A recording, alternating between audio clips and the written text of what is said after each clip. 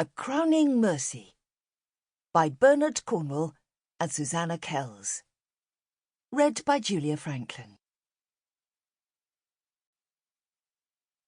Prologue, 1633. The boat slammed into a wave. Wind howled in the rigging and brought water stinging down the treacherous deck, driving the shuddering timbers into the next roller. "Captain, you'll take the bloody mast out of her!" The captain ignored his helmsman. "You're mad, Captain!" Of course he was mad. He was proud of it, laughing at it, loving it. His crew shook their heads. Some crossed themselves. Others, Protestants, just prayed. The captain had been a poet once, before all the troubles, and all poets were touched in the head.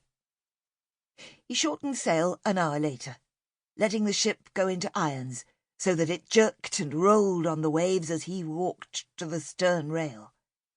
He stared through the rain and wind spray, stared for a long while at a low, black land.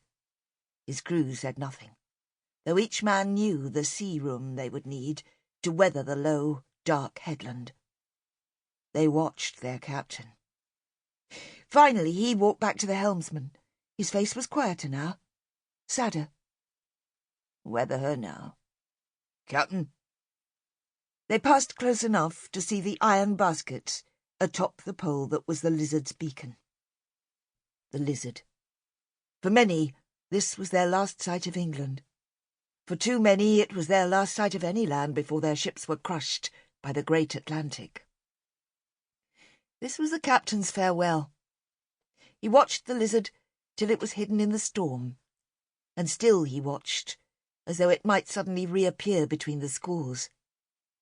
He was leaving. He was leaving a child he had never seen. He was leaving her a fortune she might never see. He was leaving her, as all parents must leave their children.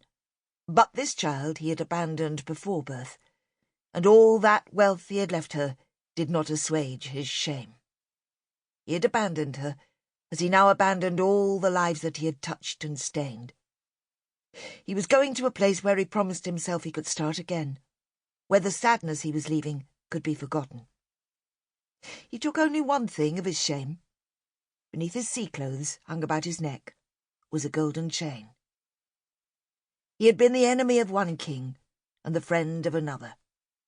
He had been called the handsomest man in Europe, and still, despite prison, despite wars, he was impressive. He took one last backward look, and then England was gone. His daughter was left behind to life. Part 1. The Seal of St. Matthew. Chapter 1.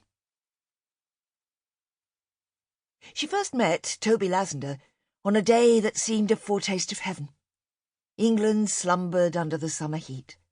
The air was heavy with the scent of wild basil and marjoram, and she sat where purple loosestrife grew at the stream's edge. She thought she was alone. She looked about her like an animal searching for enemies, nervous because she was about to sin. She was sure she was alone. She looked left, where the path came from the house through the hedge of top meadow, but no one was there. She stared at the great ridge across the stream, but nothing moved among the trunks of heavy beeches or in the water meadows beneath them. The land was hers. 3 years before, when she had been 17, and her mother dead 1 year, this sin had seemed monstrous beyond imagination. She had feared then that this might be the mysterious sin against the Holy Ghost, a sin so terrible that the Bible could not describe it, except to say it could not be forgiven. Yet still she had been driven to commit it. Now, 3 summers later, familiarity had taken away some of her fear. Yet she still knew that she sinned.